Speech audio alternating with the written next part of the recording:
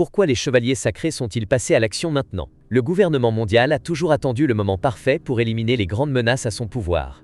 Mais alors, pourquoi n'ont-ils jamais capturé Loki avant? La réponse est évidente, Shanks.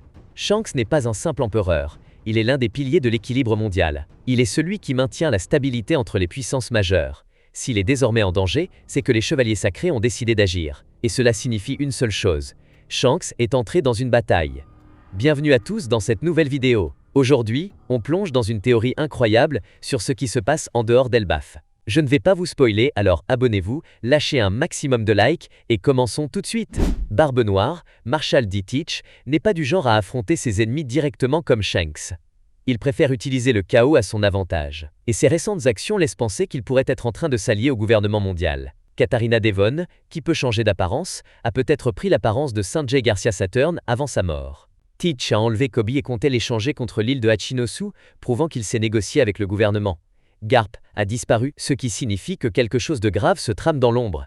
Se pourrait-il que Teach utilise Katharina Devon comme monnaie d'échange pour entrer à Marijoa? Si c'est le cas, il pourrait proposer un marché au gouvernement mondial, comme il l'a fait en devenant Shichibukai avant d'atteindre son véritable objectif. Et dans cette période de chaos, le gouvernement mondial ne refuserait aucune aide lui permettant de reprendre le contrôle. Surtout que Loki a rejeté leur offre et qu'Elbaf s'est officiellement rebellé contre eux. Si un pacte a été conclu entre Teach et le gouvernement mondial, cela signifie que Barbe Noire combattra Shanks avec l'appui des chevaliers sacrés. Et cela marque peut-être le plus grand combat de la carrière de Shanks. Mais pourquoi cet acharnement soudain contre lui? La réponse est limpide. Shanks est celui qui prépare la voie à Joy Boy.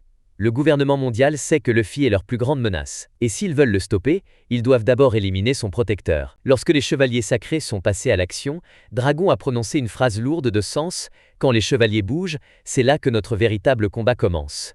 C'est l'une des déclarations les plus dangereuses jamais entendues. Il est désormais évident que Dragon ne restera plus spectateur. Une alliance entre Shanks et Dragon est-elle possible? Cela peut sembler insensé, mais c'est aujourd'hui l'hypothèse la plus crédible. Si Shanks doit affronter Teach et les chevaliers sacrés, qui d'autre que l'homme à la tête de la révolution pourrait se joindre à lui dans cette bataille? One Piece est-il en train de basculer vers une nouvelle ère? Luffy va faire face aux événements d'Elbaf. Shanks et Dragon vont se battre à l'extérieur. Le gouvernement mondial est sur le point de prendre des décisions cruciales. Teach continue d'avancer dans son plan diabolique. Nous sommes à l'aube d'un tournant historique. Qui tombera? Qui survivra? Et surtout, sommes-nous proches de la bataille finale? C'est tout pour aujourd'hui. Si cette vidéo vous a plu, partagez-la partout et dites-moi en commentaire ce que vous en pensez.